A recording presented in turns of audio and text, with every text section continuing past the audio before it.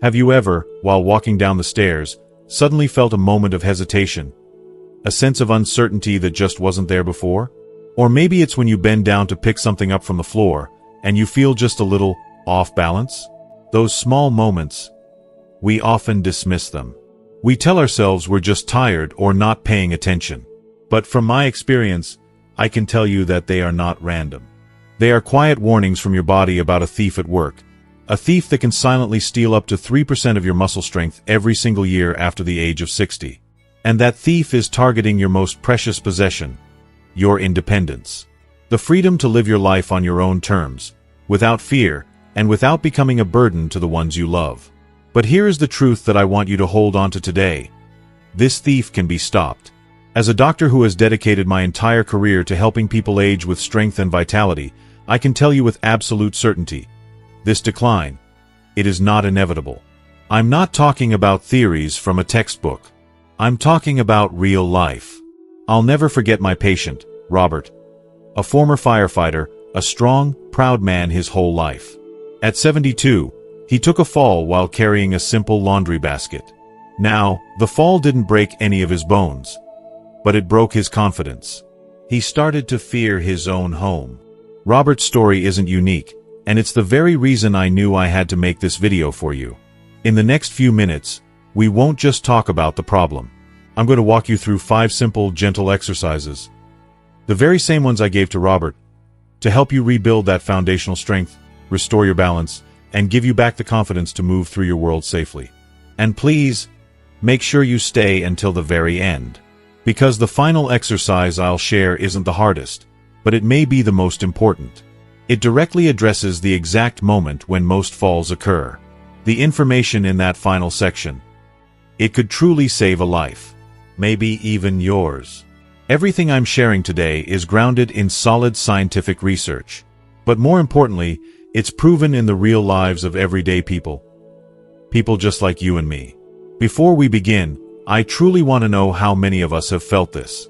If what I've just shared feels familiar, please, just comment with the simple word yes below. It lets me know that you understand. And it shows others in our community that they aren't going through this alone. Alright, let's begin. Alright, let's move on to our first of the 5 essential exercises. Exercise number 1. The glute bridge. Let's begin with a muscle group I often call the anchor of the body, your glutes. Now, most people don't think much about them. They're just the muscles we sit on. But in my practice, I have seen countless patients come into my office complaining about a nagging, persistent ache in their lower back, or a feeling of being unsteady on their feet. They're worried it's their spine or a problem with their joints. And so often, after we talk, we discover that the real culprit isn't their back at all. It's these large, powerful muscles in the back that have simply gone dormant. They've fallen asleep on the job. You see, when your glutes aren't doing their job of supporting your pelvis and stabilizing your movements, your body is smart, but it also cheats. It asks the smaller, more delicate muscles in your lower back, and the muscles on the backs of your legs, your hamstrings, to do all the heavy lifting. Imagine asking a small fishing boat to do the work of a giant cargo ship. Over time, this constant compensation leads to strain, to fatigue, to inflammation, and to that chronic, exhausting ache that just never seems to go away. But why does this happen, especially as we get older?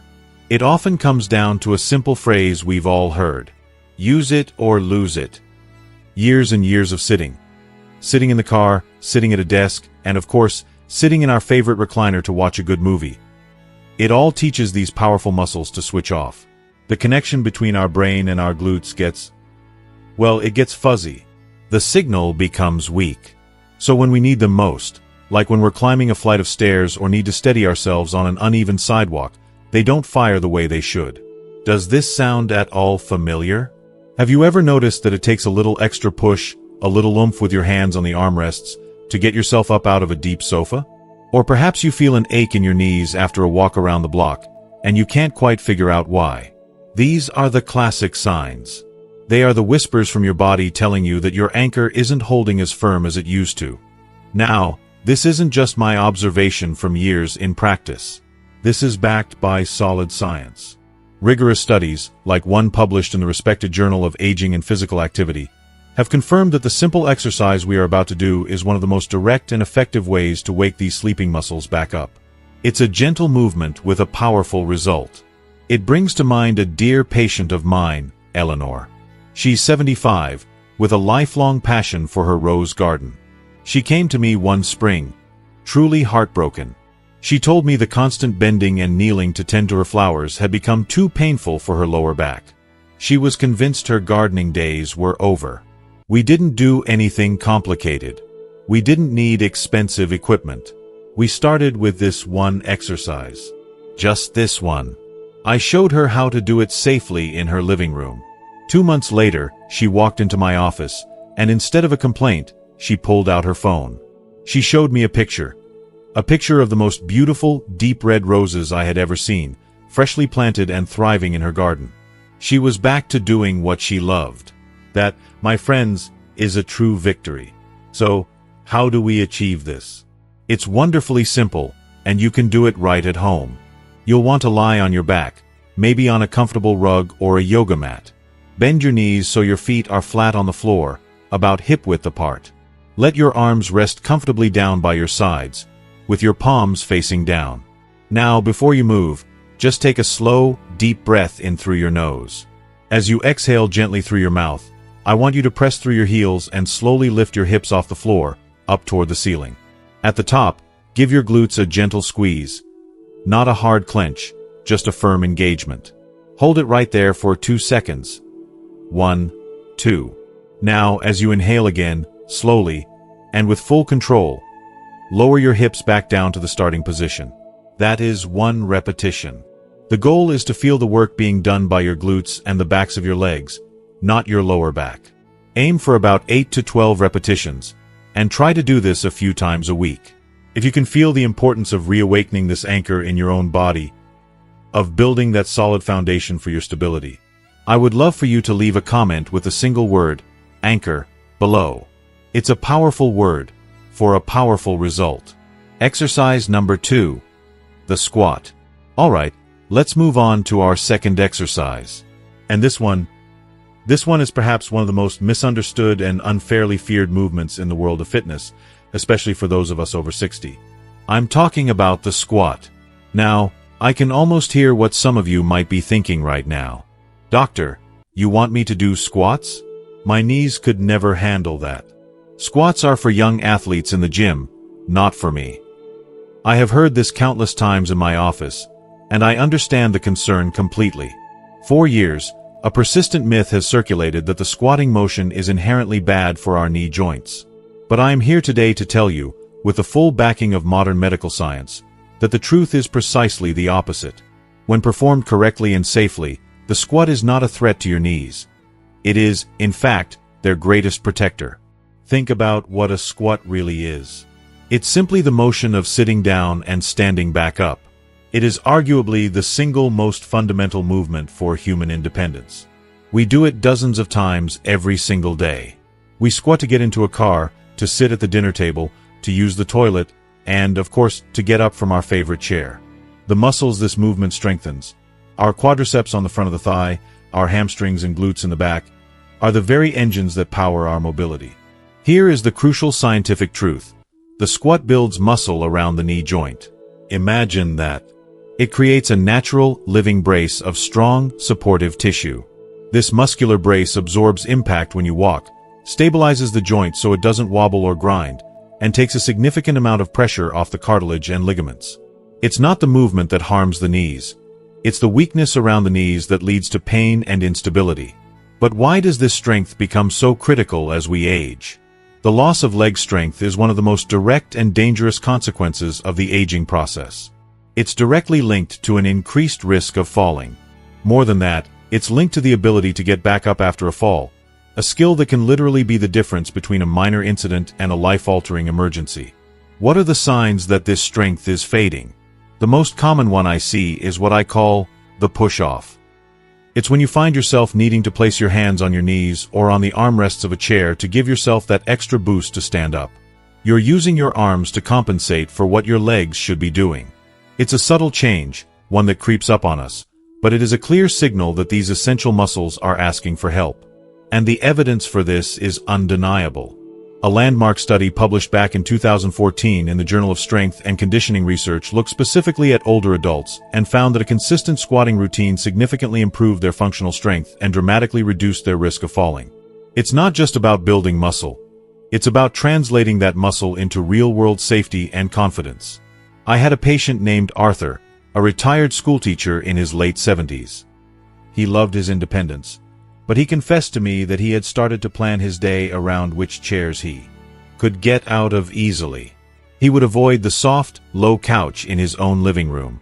He told me, "It's just too much of an ordeal." We didn't start with heavy weights. We started with his dining room chair. I told him, "Arthur, this chair is now your most important piece of exercise equipment." We worked on having him sit down slowly, with control, and then stand back up without using his hands. Just that. He did it a few times every hour while he read his newspaper. Within a month, he came back to my office with a twinkle in his eye. He said, "Doc, I sat on that darn couch last night, and I got up all by myself." It was a moment of profound victory. So let's start exactly where Arthur did, with the safest and most practical version, the chair squat. Stand in front of a sturdy chair. A kitchen or dining chair is perfect. Have your feet about shoulder width apart. Now, with your chest lifted and your back straight, begin the movement by pushing your hips backward, as if you are about to sit down. Bend your knees and lower yourself slowly, with complete control, until you are seated. Then, the moment you are seated, reverse the motion. Drive through your heels, keep your chest up, and stand back up straight. That's it.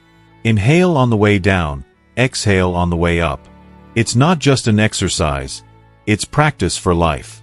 If you see how this simple, powerful movement is so much more than just a workout, if you see how it's a direct investment in your freedom, please leave a comment with the word "wow" below. Exercise number 3, the calf raise. Now we move to our third exercise, and this one focuses on a part of the body that we all rely on with every single step we take, yet we rarely give it a second thought. I'm talking about the muscles in your lower legs, your calves. I have a special name for them in my practice. I call them the second heart. It might sound like a strange nickname, but there is a deep physiological truth to it. Think about it. Your heart does a magnificent job of pumping oxygen-rich blood down through your arteries to the very tips of your toes. But what helps get all of that blood back up to the heart, fighting against gravity all day long? A huge part of that job falls to your calf muscles. Every time you take a step, every time you stand on your tiptoes to reach something on a high shelf, your calf muscles contract. And that contraction acts like a pump, squeezing the veins in your lower legs and pushing the blood upward on its long journey back to the heart and lungs. This pumping action is absolutely vital. Why does it become even more critical as we get older? For two main reasons. First, many of us become more sedentary. We sit for longer periods, whether we're reading, watching television, or working on a computer. When we sit for too long, that second heart isn't pumping. Blood can begin to pool in the lower legs, which can lead to that familiar feeling of heaviness, ankle swelling, and an increased risk of developing varicose veins. In more serious cases, this poor circulation can contribute to the formation of dangerous blood clots, a condition known as deep vein thrombosis. The second reason is balance. Your calf muscles, along with your feet and ankles, are your primary connection to the ground. They make thousands of tiny, instantaneous adjustments every day to keep you upright and stable. When these muscles weaken, your ability to make those quick corrections diminishes. Your gait can become less confident, more of a shuffle. You become more susceptible to losing your balance if you step on an uneven patch of pavement or the edge of a rug. The most common symptom that tells me this second heart is getting weaker is when a patient describes their legs as feeling heavy or achy at the end of the day. They might notice that their socks are leaving deeper indentations around their ankles than they used to. Or they might confess that they just don't feel as sure-footed as they once did, especially when walking in a dimly lit room at night. The science on this is crystal clear. Research published in the Journal of Applied Physiology has shown a direct link between calf muscle strength and improved vascular health. Strengthening these muscles doesn't just make you a better walker, it literally improves the efficiency of your entire circulatory system. Let me tell you about a patient named Brenda. She was a retired nurse in her early 80s who came to me complaining of persistent leg cramps at night and swollen ankles by the afternoon. She had resigned herself to it, thinking it was just an unavoidable part of getting older. We started her on this one simple exercise. She began doing it every day while she stood at the kitchen sink waiting for her morning tea to brew. It became a ritual. After about 6 weeks, she came back for a follow-up. The swelling in her ankles was visibly reduced, and she told me she hadn't been woken up by a leg cramp in over 2 weeks. It was a simple change, but for her quality of life, it was transformative. So let's put this into practice. This is an exercise you can do almost anywhere. Stand tall, facing a kitchen counter, the back of a sturdy sofa, or a wall. You can place your hands on it lightly for support and balance. With your feet about hip-width apart, slowly, and I mean slowly, raise your heels off the floor, pressing up onto the balls of your feet. Go as high as you comfortably can. Hold that position for just a moment. Feel that gentle squeeze in your calves. Then, with just as much slowness and control, lower your heels all the way back down to the floor. Breathe out as you rise, and breathe in as you lower back down. That's 1 rep. Try for about 10 to 15 of them. To honor the incredible work of your body's second heart, please take a moment and comment with the word flow below. Exercise number 4. Scapular retraction. Now, for our 4th exercise, I want you to do something for me. Right where you are, just take a moment to notice your posture. Are your shoulders slumped forward, even just a little? Is your upper back rounded? Is your head pushed slightly ahead of your shoulders? If so, you are not alone. This is one of the most common postural changes I see in my patients. A slow, creeping slump that happens over decades. And it's far more than just a cosmetic issue. I call this posture the weight of the years. It's the physical manifestation of a lifetime spent leaning forward. Leaning over a desk at work, leaning over a steering wheel while driving, leaning over a book or a grandchild in your lap. All of these forward-leaning activities shorten the muscles in our chest and overstretch the muscles in our upper back. Over time, this creates a profound muscular imbalance. The muscles in the back, specifically the ones between your shoulder blades, the rhomboids and mid-traps, become weak and sleepy. They forget how to do their primary job, which is to pull your shoulders back and hold your spine in a proud, upright position. Why is this so dangerous, especially as we age? When your head and shoulders drift forward, it fundamentally changes your center of gravity. Your body has to work much harder just to stay balanced. This can lead to a feeling of instability and can significantly increase your risk of a forward fall. But the consequences don't stop there. This slumped posture can lead to a whole cascade of other problems. It puts chronic strain on the muscles of your neck and upper shoulders, leading to persistent tension headaches and neck pain. It can also compress the space in your chest cavity, literally reducing your lung capacity and making it harder to take a deep, satisfying breath. The most relatable symptom of this issue is that nagging, burning ache you might feel right between your shoulder blades at the end of a long day. Or maybe it's a constant stiffness in your neck that you just can't seem to stretch out. For some, it even manifests as pain or tingling that radiates down the arm, caused by nerves being pinched by the tight muscles in the chest and neck. The medical community has studied this extensively. Research published in the Journal of Physical Therapy Science has demonstrated that targeted strengthening exercises for these upper back muscles can significantly improve posture, reduce pain, and increase shoulder stability in older adults. It is a solvable problem. We are not doomed to be hunched over. I'm reminded of a gentleman named David, a retired accountant who was a passionate amateur painter. At 78, he came to me because the pain in his neck and shoulders had become so severe that he could no longer stand at his easel for more than 15 minutes. He was devastated. We discovered his posture was the primary cause. I gave him a simple, light resistance band. It probably cost less than $10, and I showed him this one movement. He was skeptical, I'll admit. It seemed too simple. But he was dedicated. He did it every other day while watching the evening news. 3 months later, he brought a small painting to my office as a gift. It was a beautiful landscape. He told me, "Doc, I can paint for an hour now without any pain." He didn't just regain his posture, he regained his passion. This is how you do it. You can perform this exercise either sitting tall in a chair or standing up. Take a light resistance band and hold it with both hands, about shoulder width apart. Raise your hands to about chest height, with your elbows bent at a 90-degree angle and tucked in close to your sides. Now, keeping your shoulders down and relaxed, don't let them shrug up toward your ears. Begin the movement by pulling the band apart. The key is to think about squeezing your shoulder blades together, as if you were trying to pinch a pencil between them. It's a small, controlled movement. Hold that squeeze for 2 seconds.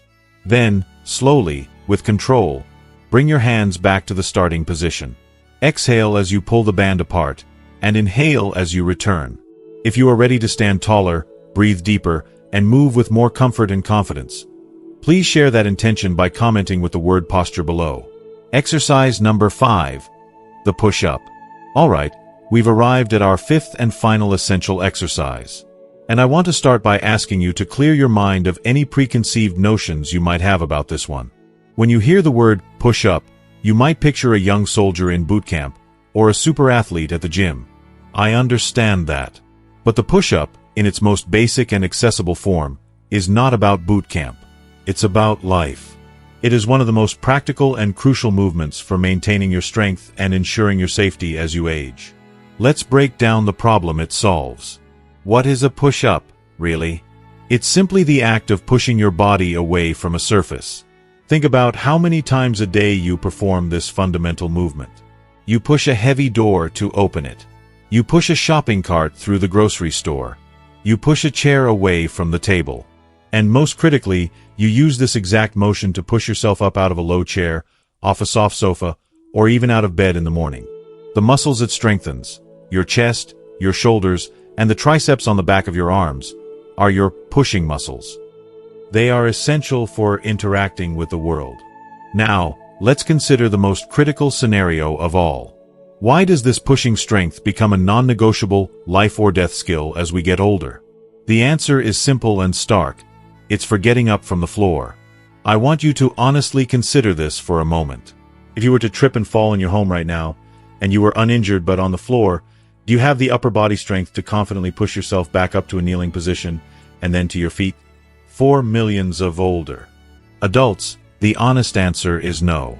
This weakness is what can turn a minor, harmless fall into a major crisis, where someone is left stranded for hours, waiting for help to arrive. Building and maintaining this pushing strength is not about vanity. It is your personal safety net.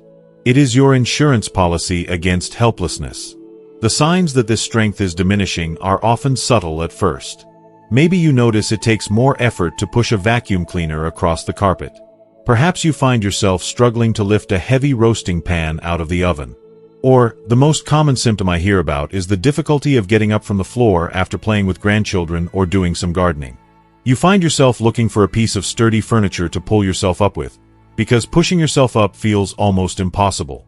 Unlike other exercises, the proof for this one isn't found in a medical journal. It's found in the unwritten stories of resilience that I hear every day. It's in the quiet confidence of knowing you can handle yourself in an unexpected situation. It's about erasing the fear of being trapped by your own physical limitations. I think of my patient, Margaret, a wonderful 84-year-old woman who lived alone and treasured her independence above all else. She came to see me, not with a complaint, but with a fear. She had recently read a story about a neighbor who had fallen and couldn't get up. The story terrified her. She told me, "Doctor, I'm not afraid of falling. I'm afraid of what happens after." We didn't send her to a gym. We started in the hallway of my office. I showed her the very first progression of the push-up, which is the wall push-up. She started doing them every day, right in her own kitchen, while waiting for the coffee pot to brew. It was just a few minutes a day. 6 months later, she told me something I will never forget. She said, "I don't think about it much anymore. The fear is just gone." She hadn't just built strength in her arms and shoulders. She had rebuilt the foundation of her confidence. So let's start where Margaret did, with the safest and most effective variation for building this essential strength. Let's do the wall push-up. Find a clear, sturdy wall. Stand a few feet away from it and place your hands flat on the wall, just a little wider than your shoulders, and right at shoulder height. Now, take a small step back so that your body is in a straight line at a gentle angle, from your head to your heels. Don't let your hips sag. As you take a breath in, slowly bend your elbows and bring your chest toward the wall, keeping your body in that straight line. Go only as far as is comfortable. Then, as you breathe out, gently push the wall away from you until your arms are straight again. That's a perfect repetition. It activates all the right muscles without putting any strain on your wrists or shoulders. This isn't about how many you can do. It's about doing them with control and intention. To build the strength that protects your independence and gives you peace of mind, please take a moment to comment with the single word strength below. It's a declaration of your commitment to yourself. As we come to a close, I want to bring us back to where we started, back to Robert. The proud firefighter who had a fall while carrying his laundry found his confidence shattered. The man who began to fear his own home. I am so happy and so proud to tell you how Robert's story continues. Today, Robert doesn't just walk confidently through his house. He's back to volunteering at the local library twice a week, helping children find books. He told me last month that he even carried a small box of donated encyclopedias up a flight of stairs, something he wouldn't have dreamed of doing just a year ago. He rebuilt his strength with these simple movements, yes. But more than that, he rebuilt his life. He took back his freedom, one small, intentional step at a time. His story, and the countless others like it that I have been privileged to witness, prove a fundamental truth that I want you to carry with you. These exercises we've discussed today, they are not about achieving some perfect image of fitness. They are not about becoming a young athlete again. They are about progress, not perfection. They are a quiet, powerful declaration that while aging is a fact of life, growing weaker is a choice. Every single repetition you do, every gentle glute bridge, every controlled chair squat, every calf raise you do while waiting for your coffee to brew, is an act of defiance. It is a direct challenge to the notion that we must fade away. It is an investment, a deposit you make into the bank account of your own independence, ensuring a future filled with vitality, with dignity, and with joy. And so, as we wrap up our time together, I have one very important and very personal question for you. Knowledge is only powerful when we put it into action. So, what is the one commitment you are making to yourself this week after watching this video? It doesn't have to be a monumental change. It can be as simple as, I will try the wall push-up tomorrow morning. Or perhaps, I will practice the calf raise every day. Whatever it is, please, share your personal commitment in the comments below. Writing it down makes it real. Let's create a space of encouragement and inspire each other to take that first, most important step. And if you found real value, and perhaps a little bit of comfort and hope in our time together today, please show your support by giving this video a like. To ensure you continue on this journey with us, and never miss another video full of this kind of practical, life-changing wisdom, please be sure to hit that subscribe button. It's so much more than just subscribing. It's joining a warm, supportive community. A community dedicated to living our best lives together. Finally, think of just one person. One friend, one family member, one person you love who needs to hear this message today. Please, share it with them. It could be the most valuable gift you give them all year. Thank you so much for being here. Take good care of yourself. I'll see you in the next video.